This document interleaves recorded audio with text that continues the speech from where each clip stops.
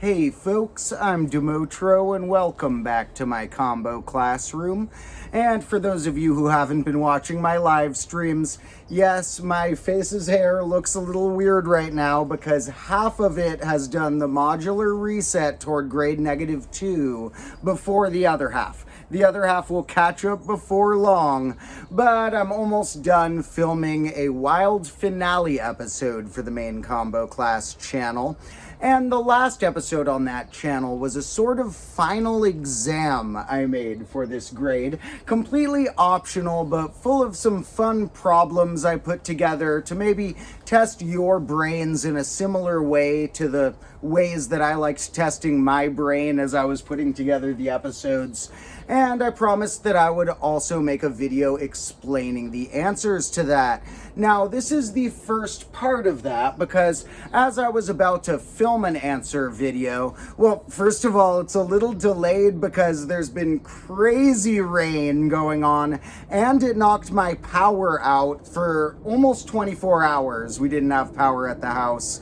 And the rain will be documented in that finale episode in fun ways, as well as the crazy wind and stuff going on here. But in any case, it's finally calmed down and I was going to film this answer video. But I realized that instead of rushing through all of the answers of the 21 mathematical, more objective questions on there, I realized most of you probably didn't actually try to do the test yourself, and it would be good to walk you through some of the steps of solving the problems. And so in this video, I'm going to walk through the thought process in addition to the answer of the first 5 questions on that test, which is only a small portion of them. I'm going to make about 3 parts of answer videos to this, just so I can go more in depth, not just into what is the answer, but into some problem solving tips and tricks that you might come across as you were going toward that answer. Now, in our first question on this exam, I tried to make it relatively easy to start and something that you could theoretically solve with brute force, meaning just by testing all the possibilities of something and going extensively with experimental testing until you get your answer, as opposed to using logical shortcuts. But the logical shortcuts definitely come in handy and might give us clues of other ways you could use shortcuts. Our first question was, on a 12-hour clock, like many of these that I have around here and in the background and other places here, on a 12-hour clock, if you had your hour hand starting at the 12, and then you went forwards 11 hours, 123 times, what number would you end up on? So when I mentioned this test to some friends who saw the test episode and weren't really mathematical thinking people generally, not the type of people who studied math for fun, they thought, well, that first question and a couple of the others, I could theoretically just think through a bunch of 11-hour spins, got to go through 123 of them, and get to the answer. But of course we can shortcut things, and one way you can find shortcuts in turning a question into an answer is, can I switch out some things in this question for other synonymous or equivalent things to create a different question that I know how to answer that is secretly equivalent to the answer of the first question? For example, whenever I say go forward 11 hours, that is the same as sending me backwards an hour on the number. If I only care what number out of these 12 I end up on, going forward 11 and going backward 1 is equivalent. So we can rephrase our question as, what happens when I go backwards 1 hour 123 times? But we still don't need to test 123 different spins because we can realize that if I'm going backwards 12 times ever, I'm back where I started. Every 12 backward 1s, and equivalently any 12 forward 11s, will get me back where I started and not change the end result. And so I can trim any size of multiple of 12 from 123 and just look at the remainder as far as what I need to analyze. And there's actually a pretty obvious multiple of 12 there. 1, 2, 3 it looks like, but 120 plus 3 we can think of it as is 120 spins plus 3 spins, and the 120 is going to be 10 times that it does a full 12 spin back where it started rotation. And so 120 of the 123 will do nothing. We'll send it back where it started, and we just need to analyze the 3. And 3 backward 1 hours sends me from a 12 to a 9. And so my rephrased question is, if I go backwards 3 hours from 12, what hour do I end up on? Obviously the answer is 9, but since all of the substitutions I was doing there were equivalent, it's also the answer to what happens if I were to spin forward 11 hours 123 times. So the answer to number 1 is 9. Now, number 2, and this is again linked in text form in the description here for anyone who wants to follow along in a text way. Number 2 asked us a question about dice. It asked us with 20-sided dice, which I got one of here, but let's pretend I had 2 icosahedrons. If I rolled 2 regular 20-sided dice and found the difference, and then repeated that process 1 million times, tallying up the difference each time, what would be the most frequent number I would hit as a difference? Now, this is one that you can't go at with brute force unless you want to have a computer spend a massive amount of computing energy trying to go through 1 million sets of rolls. That's not necessary. We can note a pattern, not only for what would happen far before you get to the 1 millionth roll, but also for what would happen with smaller amounts of faces on the dice rather than 20. Now, there was a major clue to this in one of the episodes I had on the main combo class channel. And in that episode where I was playing around with dice and finding fun facts about dice, I showed some charts where for a 6-sided dice or a 12-sided dice, if you look at all the possible differences, you might expect it would be a different most frequent between 6 and 12. It's definitely a different average, but most frequent would mean the number that comes up the most. And the difference between 2 rolls of a die with, say, 6 sides, or if they each had 12 sides, would be usually close to the same number, and you might expect that the difference on average would be 0. But 0 turns out to be a diagonal strip and slightly less likely due to only being possible when we have the same number and itself come up. We can get a difference of 1 if we have the first roll be a 5 and the next be a 6, or if the first is a 6 and the next is a 5. And because of that double possibility, it turns out that a difference of 1 would be the most common if you tested this out, whether with 20-sided dice or with a pair of 6-sided dice or a pair of 12-sided dice. So even if you hadn't seen this episode to know that a difference in this case of 1 is going to be most frequent, and again, not the average if you amalgamated all the results and divided, but the number that comes up the most as the difference between a pair rolled, would be 1 regardless of if it was 12-sided, 20-sided, or 6-sided dice, as long as the 2 in the pair are the same as each other. And you would be able to test that experimentally if you looked at some charts of 6-sided dice against each other and of 12-sided dice against each other, and could extrapolate that it would be true for further sizes as well. And if you made a chart like that of what are all the possible differences and which one happens the most possible amount of ways, then you would stumble onto the answer that on two 20-sided dice, similar to two 6-sided dice, the most frequent difference is 1. So if you want more details to actually see the charts, you can check out the episode with dice in the title on the main combo class channel.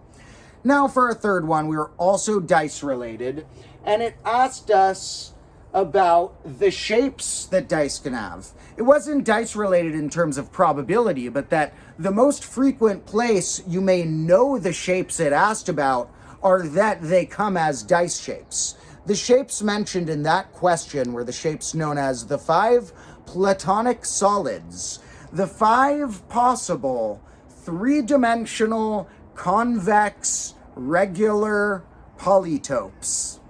And since they're 3-dimensional, that makes them the polyhedra, the convex regular polyhedra.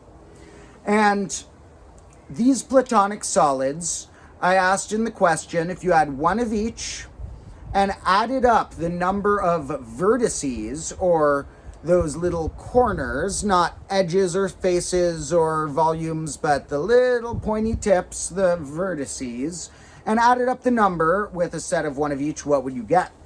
Now, the funny thing here is, it's actually the same answer as if we added up the faces. And why is that? Well, I mentioned in an episode on that combo class channel called the Mysterious Hyperdice Sequence about these and some other similar shapes, that some of these have a relationship known as being each other's dual shape, D-U-A-L, like the dual twin-like version of each other. And one pair like that is a cube and an octahedron, the one with 8 faces that we call 8 sides. Now, if I were to, inside this cube, make a new vertice at the center of each of these faces, there would be 6 vertices, and connect them into a new shape inside the cube, the 6 vertices that were each at the center of one of the old faces of this cube, then I would end up with the 6 vertices that are on this octahedron.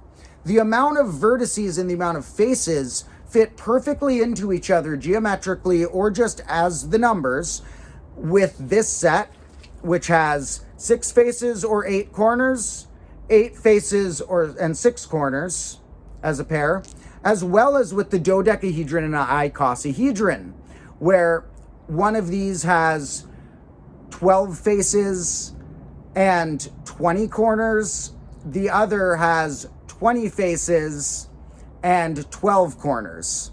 Corners meaning vertices.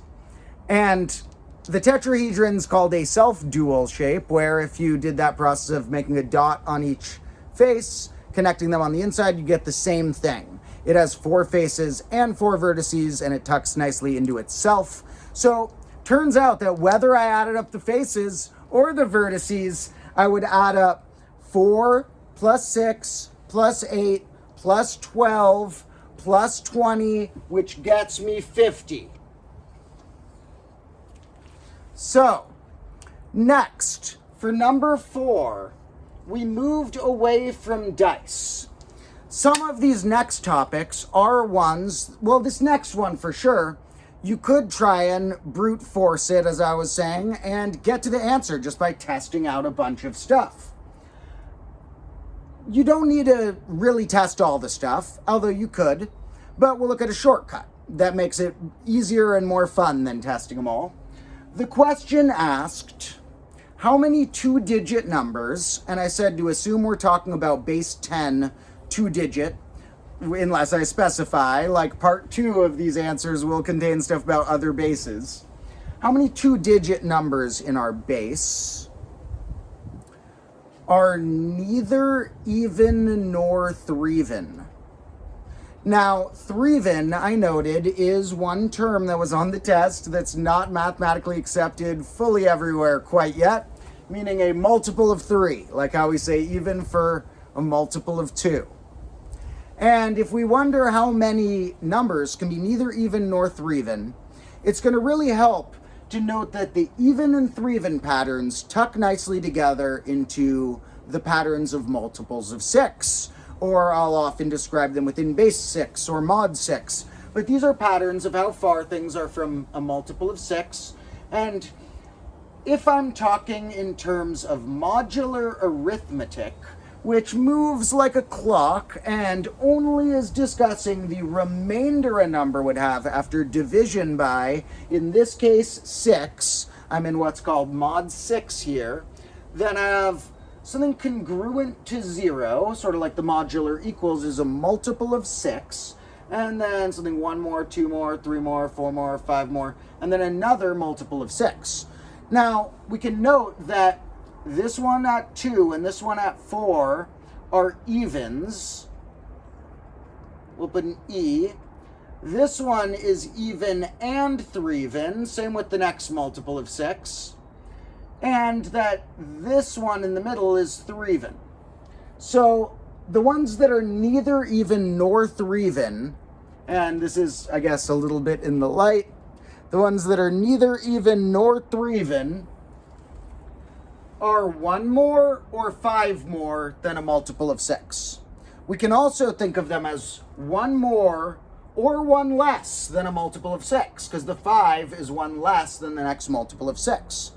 So, all the numbers that are neither even nor threeven, which happen to be the spot multi-digit prime numbers can be, not that all of them are multi-digit primes, but that a multi-digit prime can't be in any of these spots I marked as E or T. The ones that are 1 more or 1 less than a multiple of 6 are the ones we want to count. And so really, if we count the multiples of 6, if they have enough room for 1 less and 1 more than them each to be included, and then double the amount of multiples of 6 that had room for 1 more and 1 less than it to be included, 1 less than it being the other version of that, 5. We go 5 under there as well. Then we get our answer of the 2-digit numbers that are neither even nor threeven. And so the amount of multiples of 6 that are 2 digits, the smallest one is 12, and the largest one is 96. And so just by pinpointing that range, I can say that the smallest multiple of 6 is 2 times 6. The largest of 2-digit ones, the largest 2-digit one turns out to be 16 times 6 is 96. So from the second multiple of 6 to the 16th multiple of 6 gives us 15 total, between 2 and 16. So there are 15 multiples of 6 that are 2 digits, and they all do have room for 1 less than them to be 2 digits also, and for 1 more than them to be 2 digits also. That just extends our range to 11 to 97, and from there we know that there were 15 multiples of 6, and we double that amount to get 30, and since they each had room and the only non-threeven evens were 1 on each side of the multiples of 6, then our answer is 30. Now finally, we have one more question about even and threeven numbers. This last question used a term that I did not define on the test because although it's a term that's somewhat exclusive to someone who would know number theory would know this, if you studied a bunch of math, you'll probably know this term, particularly if you've studied the type called number theory, but not everyone would know this term. But I left it undefined because I thought it's worth people, either watching the episode where I explained it or doing some research to learn about it. It's a very interesting concept. The concept's natural density. And that's actually part of why I'm only doing 5 questions in this little chunk or episode of my answers. And there will be a few more parts, probably 3 or so in total. The reason I'm only doing 5 questions here is because I wanted to give a little chat about natural density here too. What is natural density? Well, the question number 5 asked, what is the natural density of numbers that are threeven but not even? Well, first of all, we know that what we're asking about on this little scale right here is this spot. We want the numbers that are congruent to 3 in mod 6, because the numbers that are on these zeros are threeven but are even. The other spots are not threeven. We need a number we can describe as congruent to 3 in mod 6. Or on this little line I've made, the one that is 3 and not 0, 1, 2, 4, or 5.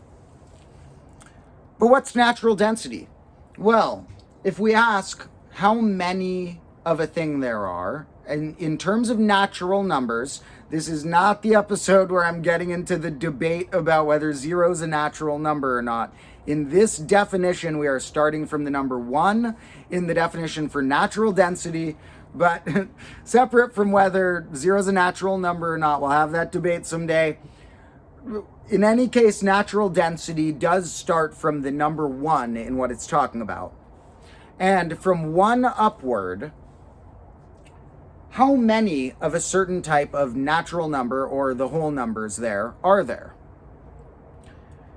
Also, known as the positive integers in this case.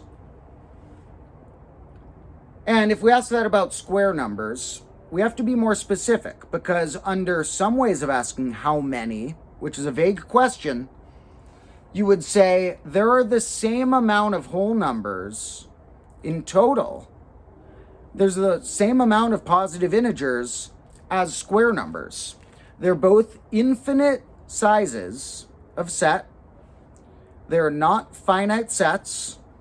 And when you dive into the type of math that I haven't made an episode yet about, I will in the future, when you dive into the type of math that starts looking at, we're going to treat infinity as something we can work into equations, or that we can discuss and make axioms out of, or build from axioms and create new theorems out of and such, you often need to create a hierarchy of different infinities. Within that hierarchy, you would say that the square numbers and all of the positive integers are the same type of infinity. They're not the same type of infinity as all of what's called the real numbers, which includes things like pi and square root of 2 and stuff. There are different sizes of infinity of number considered. However, square numbers and all the positive integers, or all the natural numbers, whether you include 0 or not, are the same type of infinity under that metric. But let's say we weren't pleased with quitting at that answer. What if we said, all right, they're the same type of infinity, but I want to quantify a difference between them. I want to quantify some different ways of measuring the proportion of them, so that if I ask how many squares are there compared to primes, I'm not just saying, well, they're all same type of infinity. Well, one way of measuring that's what's called natural density, where I look at larger and larger subsets of natural number between 1 and some bigger and bigger size, and I scan what proportion of those, you could think of it as a percent, but you'll usually write it as a fraction, what proportion of them, what fraction of them, in this case, would be the targeted type of number. Then we might be able to, although that's not the only metric, it's one metric, to compare different things that otherwise we might hit a brick wall at saying there's an infinite amount. Where do we go from there? And if we look at that with, say, the even numbers right away, it's pretty clear that the even numbers have a natural density of 1/2. If I ever scan between 1 and an even number, it's exactly 1/2. If I scan between 1 and an odd number, it's a little off from 1/2, but the bigger and bigger scale I scan, it approaches 1/2. And the value it approaches as we scan larger and larger sizes, we can call the natural density. So the natural density of even numbers is 1/2. We also have a cat visitor. That's nice. So the answer to this question is going to be pretty apparent it's not the end of what I want to say about natural density, but we can see as I scan enough numbers, we get closer and closer to always being very close to or exactly, approachingly close to or exactly at any given point, that 1 out of 6 of the options of 0 through 5 were threeven, but not even. So whether or not you know how to quantify natural density, you might guess, okay, 1/6 makes sense there, our answer is 1/6. But let's not stop there, because I do want to talk about natural density for one more moment. One example I gave in the episode where I mentioned natural density, which was about the pan-digital numbers episode, about numbers that contain every digit in a given base, was that the natural density of square numbers, funny enough, is 0. And that sounds absurd, because it's like, whoa, we just said there's not only an infinite amount of them, but there's as big of an infinity of them as the positive integers, because we can line them up in a 1-to-1 correlation in a way that you can't do with other sizes of number. And then you all of a sudden say, but the density of them in terms of natural density is 0. And there are other types of density, so you do want to say natural density when you're talking about this type. And the reason why it goes to 0, I had to think through in my head for a minute, because when I first encountered that fact, I was like, that's sort of perplexing. We would say there's none of them, because it seems like there should be some fraction of them, some fraction related to the root of something, but how would that work? And then I thought through, well, let me go through logically, how many square numbers should there be up to some point? And then the answer kind of fell into 0 making sense through this little logic that I thought through, which was, well, if I'm talking about how many squares there are, up to some number that I can say my target number is going to be in the form of n squared. Let's say, how many square numbers have there been, proportion-wise, up to some number, we could also call it m, but we can phrase that as n squared. We're scanning up to some square number amount.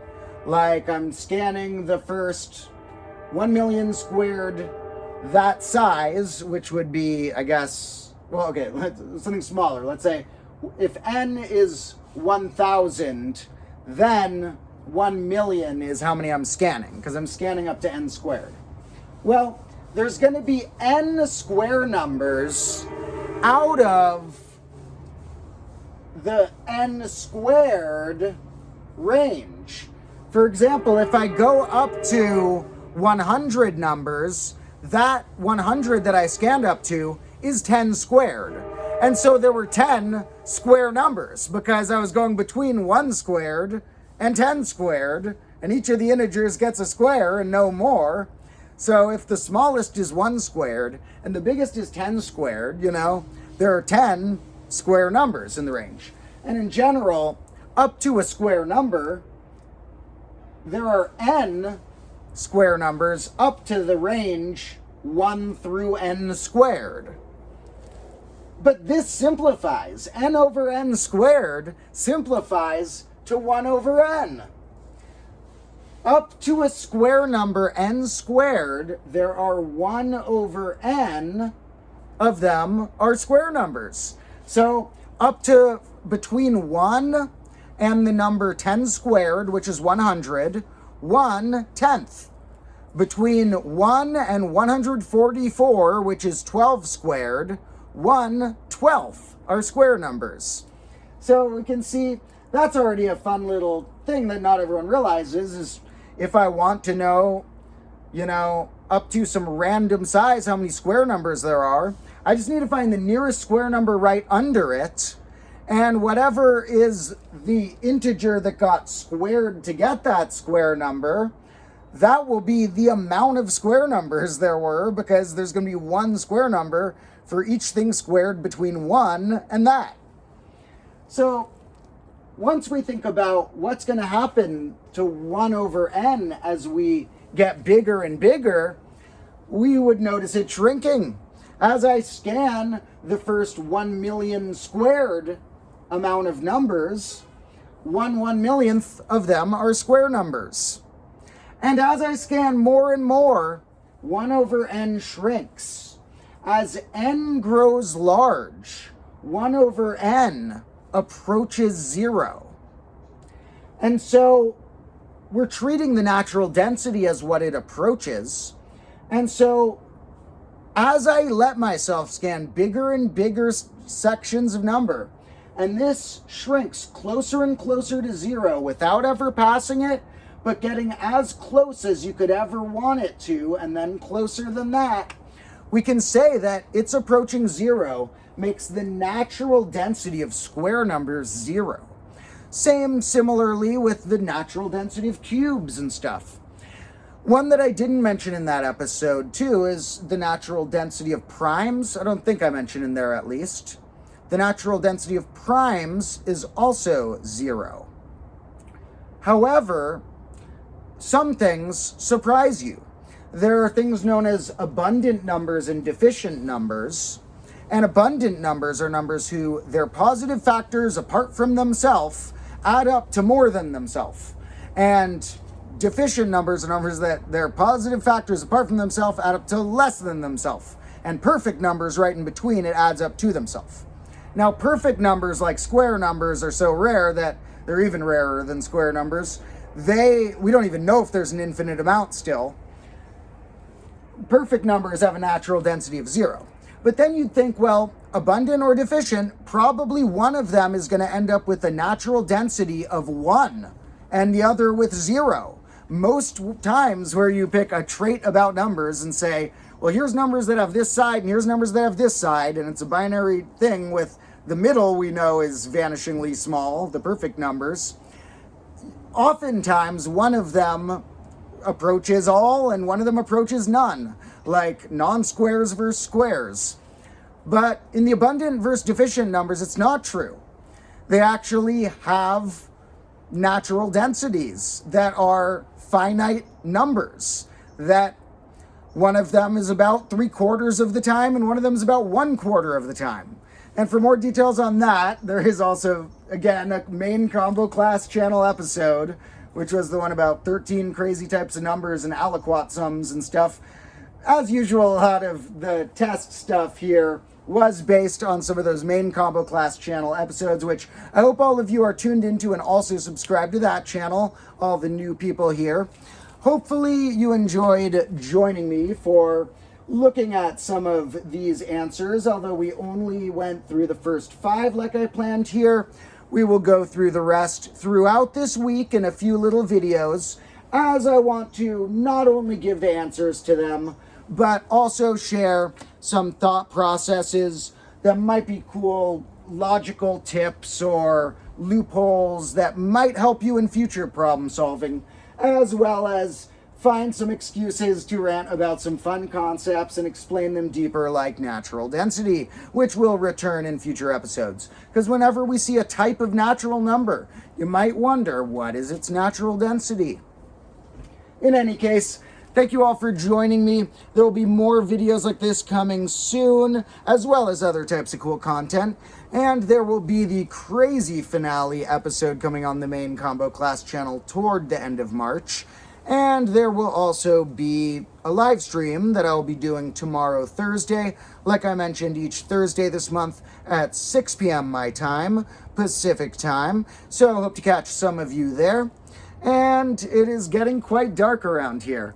Let's take one little look at one of the emptier you will ever see the combo classroom, or at least for a while, because we are in our rare transition where the desk is not there anymore. Things are changing, and grade -2 is coming soon.